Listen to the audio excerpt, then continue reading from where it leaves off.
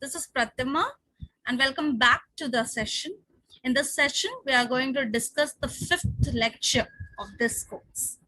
So let's quickly get started with our today's topic. Now let's try to understand what are non-contact forces. अब non-contact forces को समझने के लिए हमें activity को समझना पड़ेगा, ठीक है? So let us try to discuss about that activity. So activity में ऐसा कहा गया है, take a pair of bar magnet, यानी आपको दो मैग्नेट्स की जरूरत पड़ेगी, ठीक है? Now place the longer side of the magnet, okay, over 3 round shaped pencil or a wooden roller. यानी आपको उन दोनों मैग्नेट में से किसी एक मैग्नेट को लेना है and place the longer side of the magnet over a wooden roller. ठीक है? Now bring one end of the other magnet near the end of the magnet which is placed on the roller.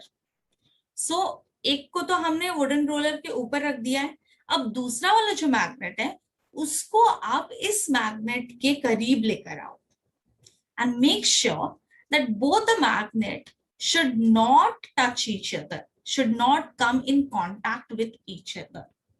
यानी ये दोनों magnets एक दूसरे के संपर्क में नहीं आने चाहिए. They just have to be close with each other. देखो क्लोज और कांटेक्ट में आने में फर्क होता है, ठीक है? तो यहाँ पर हम बात कर रहे हैं कि ये दोनों मैग्नेट को एक दूसरे के कांटेक्ट में ना आकर बस एक दूसरे के क्लोज आना है, यानी बस इतनी दूरी पे रहना है, ठीक है? क्योंकि अगर वो टच हो जाते हैं तो यहाँ पर ये पूरे टॉपिक क्या बात ही खत्म हो जाता है, क्योंकि यहाँ हम नॉन कॉन्टैक्ट फोर्सेस की बात कर रहे हैं. आई बात समझ में? तो इस बात को ध्यान में रखते हुए फॉलो ऑल दिस स्टेप्स. तो आपने क्या किया, अभी एक मैग्नेट जो वुडन रोलर के ऊपर रखा हुआ है, अब उस मैग्नेट के करीब एक और मैग्नेट को आप लाएं, ये ध्यान में रखते हुए कि ये दोनों मैग्नेट्स एक दूसरे के संपर्क में ना आए. Okay, so when you are doing this, what you are observing, आपने ये करके क्या ऑब्जर्व किया, क्या हो रहा है? Let's discuss that. Before that हम इसे कंप्लीट करते हैं इस एक्टिविटी को, ठीक है? उसके बाद हम इन पूरी चीजों को अच्छी तरीके से डिस्कस करेंगे, ठीक है?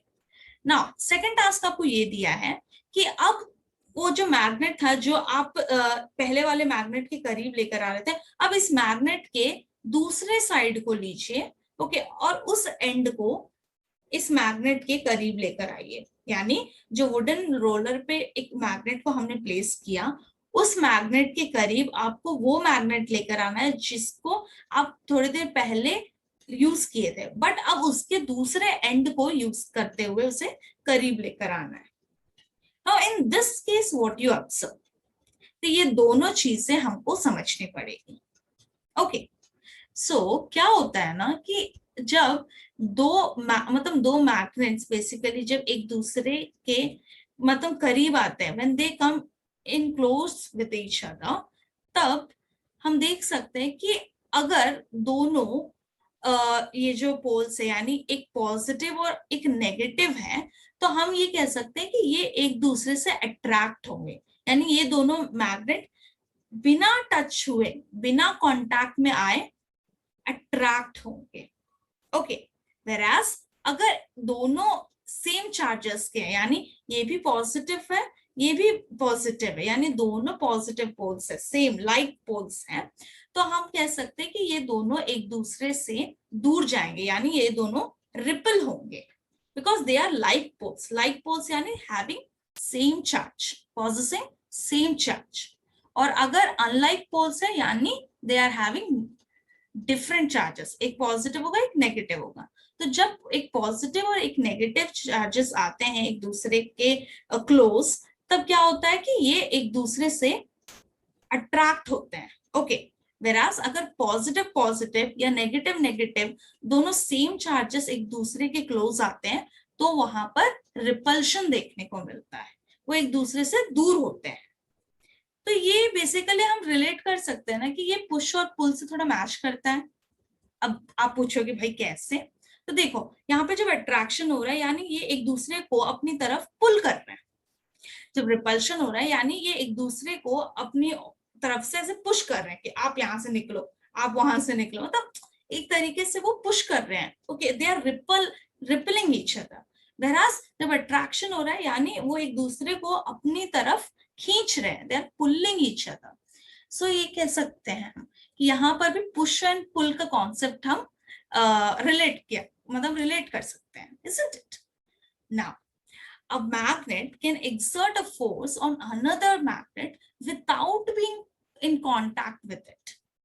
ये मेन चीज है जो हमने इस एक्टिविटी में समझा कि जो दोनों केसेस हमने पढ़ा, यानी पहला केस जब एक मैग्नेट को दूसरे मैग्नेट के करीब ला रहे हैं, फिर सेकंड केस में उस मैग्नेट के एंड को बदल के उसको भी इस मैग्नेट के करीब ला रहे हैं। अब दोनों केसेस में हमने बस उसे क्लोज लाए वो मैग्नेट्स को, ना कि हम इन मैग्नेट्स को एक दूसरे के कांटेक्ट में लेकर आए। पर उसके बावजूद हमने देखा कि एक ऐसा फोर्स है जो यहाँ पर एक्ट कर रहा है विदाउट इन कांटेक्ट, यानी यहाँ पे कांटेक्ट था ही नहीं, उसके बावजूद हमने फोर्स को देखा, and that force is nothing but magnetic force, है ना। यहाँ पर जब एक मैग्नेट, यानी मान लो कि ये जो दो मैग्नेट्स थे और दोनों मैग्नेट का अगर सेम चार्ज था तो ये रिपल कर रहे थे, अगर डिफरेंट चार्जेस था तो ये एक दूसरे को अट्रैक्ट कर रहे थे। तो ये अट्रैक्शन और रिपल्शन कब हो रहा था? जब यहाँ पे मैग्नेटिक फोर्स काम कर रहा है। ओके, सो दिस अट्रैक्शन और रिपल्शन यहाँ पर जो बात कर रहे थे हम, ये मैग्नेटिक फोर्स के वजह से है। ओके, उसी की वजह से हम ये देख पा रहे थे। और ये सब पूरे एक्टिविटी में हमको ये एक ही चीज गौर करने को मिलता है कि यहाँ पर बिना किसी कांटेक्ट के ये फोर्स देखने को मिल रहा है। लास्ट क्लास में हम ये पढ़ रहे थे कि कभी भी वो फोर्स को हम तब देख रहे थे जब दो ऑब्जेक्ट एक दूसरे के कांटेक्ट में आ रहे थे, पर यहाँ पे भी तो दो ऑब्जेक्ट थे लेकिन एक दूसरे के कांटेक्ट में नहीं आ रहे थे, लेकिन उसके बावजूद हमें मैग्नेटिक फोर्स देखने को मिला। सो वी कैन से कि magnetic force is an example of non contact forces, यानी बिना कांटेक्ट में आए हुए, मतलब दो ऑब्जेक्ट अगर कांटेक्ट में नहीं आते हैं उसके बावजूद भी हम किसी फोर्स को देख पाते हैं तो उन्हें हम नॉन कांटेक्ट फोर्सेस कहते हैं। ठीक है, आई बात समझ में? अब आप डिफरेंशिएट कर सकते हो ना कि कांटेक्ट फोर्सेस और नॉन कांटेक्ट फोर्सेस क्या होते हैं। Okay, so the force which is exerted by a magnet is an example of non contact forces. ठीक है, सो आप अच्छी तरीके से इससे समझिए। अगर आपको नहीं समझ आया वापस इस वीडियो को देखिए और अच्छे से एक एक चीज को समझने की कोशिश कीजिए। Definitely this video will help you to understand all the concept of this topic. Okay, क्योंकि ये बहुत सिंपल सा टॉपिक है। ओके, यहाँ पर आपको ज्यादा कुछ समझने वाली चीज नहीं है, बस एक बार आप उसको सुन लो तो आपको एकदम अच्छे से समझ आ जाना चाहिए। अगर मान लो नहीं आया है तो दूसरी बार देखने में क्या बुराई है, देख लेना और ट्राई करना कि हर चीज जो भी आप देख रहे हो या सुन रहे हो उसे इमेजिन कर सको, because once you will start imagining that's enough to understand the concepts in a clear cut way. ठीक है, इमेजिनेशन ही मेन जड़ होता है किसी भी चीज को समझने के लिए। ठीक है, सो आई एक्सपेक्ट कि आपने अच्छी तरीके से मेरी बातों को सुना समझा होगा, और आपको कोई भी दिक्कत हो या कोई भी परेशानी हो please comment in the comment section. ठीक है, till then take care, have a good day, thank you.